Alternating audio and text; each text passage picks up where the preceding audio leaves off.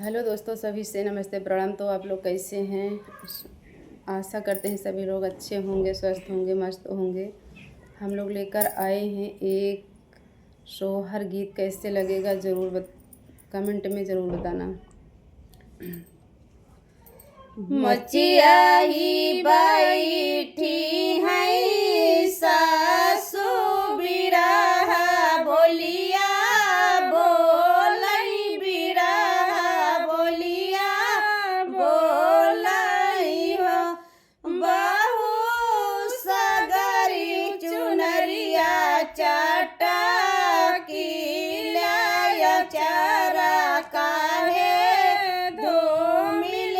चारा काहे धूमिल हो बगिया से उड़ाई भावर वाय चारा बीच बैठैया चारा बीच बैठैया चारा भाए धूमिल चारा भाए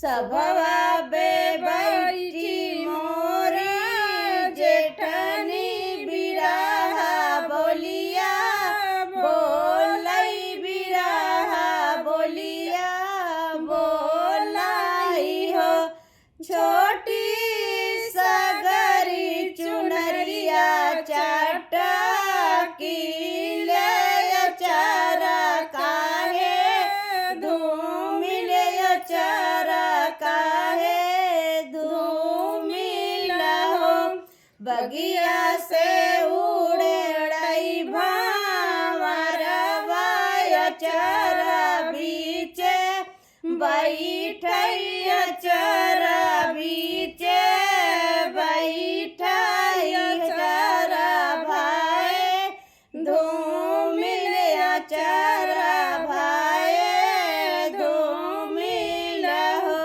सभवा में बैठी मोरी ननदी बिरहा बोलिया बोलई बिरहा बोलिया बोलाई हो भाभी सगरी चुनरिया चाटा की लाया चारा काहे धूमिल चारा काहे धूमिल हो ननदी बगिया से उड़ेला भावर वाय चारा बीच बैठैया चारा बीच बैठैया चारा